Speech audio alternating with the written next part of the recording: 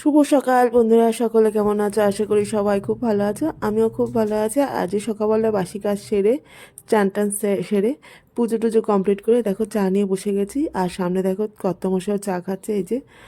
আর চা খেতে খেতে দুজনের যা গল্প তাই করছিলাম আর কি। তারপর দেখো চাটা খেয়ে চলে এসেছি যথারীতি রান্নাঘরে, আর ওইদিকে চায়ের বাসন পড়ে।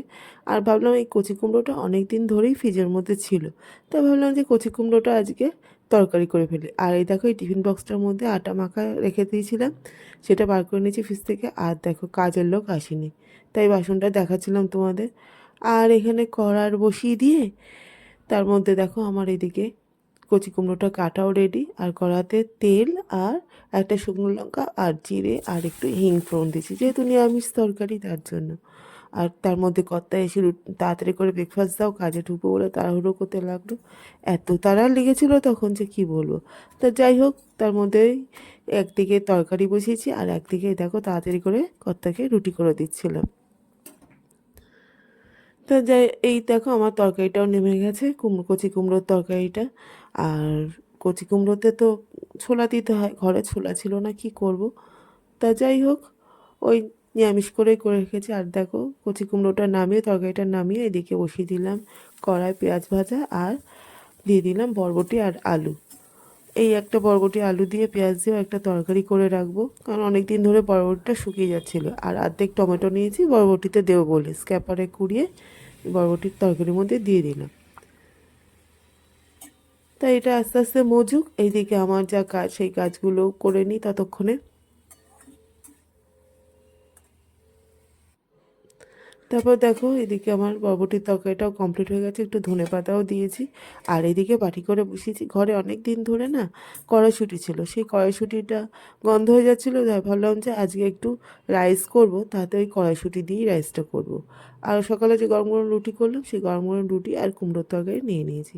আর ফ্রিজে আগের দিন কর্তামশাই চিকেনটা এনে রেখেছিলো, তাই ম্যারিনেট করে রেখে দিয়েছিলাম। বাবা এত টাইট হয়ে গেছে, বার করাই যাচ্ছিল না। তো যাই হোক, তা চলো চিকেনটা বার করে নিয়েছি, দেখতে পাচ্ছ চিকেনটায় ম্যারিনেট করে রেখেছিলাম একটু দই, টক দই আর একটু সাদা তেল দিয়ে। আর এখানে দেখো কষাইটা আমার সেদ্ধ হয়ে গেছে, একটা স্টেনারে ছেঁকে রেখে দিয়েছি। আর এখানে কড়াইয়ে তেল দিয়ে দিয়েছি, সাদা তেলেই করব চিকেনটা। আর চিকেনটা করবো আজকে ধনিয়া চিকেন।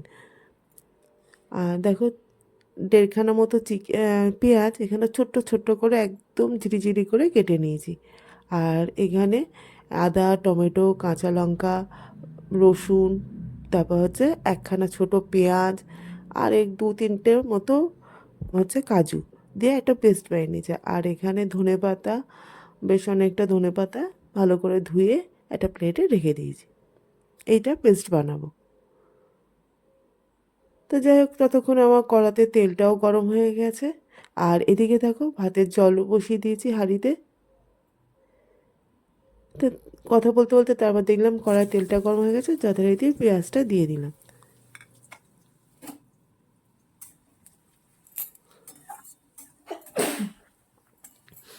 তারপর দেখো পেঁয়াজটা একটু হালকা করে ভেজে নিয়ে তারপরে তো এই যে চিকেনটা ম্যারিনেট করে রেখেছিলাম, ওই চিকেনটা এবারে পেঁয়াজের মধ্যে দিয়ে দেবো।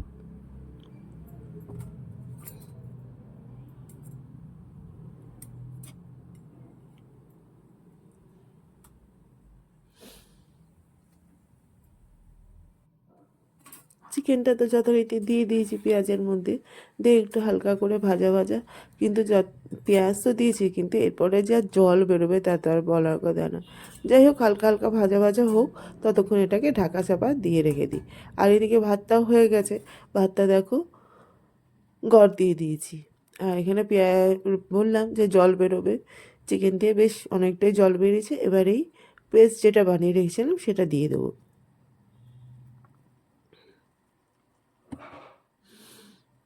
তা দিয়ে একটু কষাতে থাকলাম। তারপর এইদিকে যে তোমার রাইসটা করব, তার জন্য এই গাজরটাকে, ঘরে দুটো গাজর ছিল, সেই গাজরটাকে টুকরো টুকরো করে কেটে নিয়েছি। আর গতকাল ছেলে ধনেপাতা এনে দিয়েছে, ধনেপাতাটা খুব একটা সুবিধার ছিল না, ওই আর কি ছিল, অর্ধেক পচে গেছিলো। তার মধ্যে থেকে যতটুকু পেরেছি এই যে প্লেটে নিয়ে নিয়েছি, আগেই দেখেছি ধুয়ে নিয়েছি এটা। তো যাই হোক, এবারে এই গ্রাইন্ডিং করে নেবো একটু। আর এই পেঁয়াজ ধনে পাতার মধ্যে দেবো একটুখানি লেবুর রস, আর দেবো বেশি, যেহেতু আমরা ঝাল খাই না, দেবো হচ্ছে 2টো কাঁচা লঙ্কা এর মধ্যে, দিয়ে এটার একটা পেস্ট বানিয়ে নেবো। দেখো এখানে আমার পেস্টটা হয়ে গেছে। আর এখানে চিকেন থেকেও জল বেরিয়ে মোটামুটি শুকিয়ে এসছে। আর এখানে একটা মশলা দিয়ে দেবো, হলুদ গুঁড়ো, ধনে জিরে গুঁড়ো, শাহি গরম মশলা গুঁড়ো, আর ওটা হচ্ছে শাহি লঙ্কা, সরি, কাশ্মীরি লাল লঙ্কার গুঁড়ো দিয়ে এবার এটা একটু আর একটু ভালো করে কষাবো।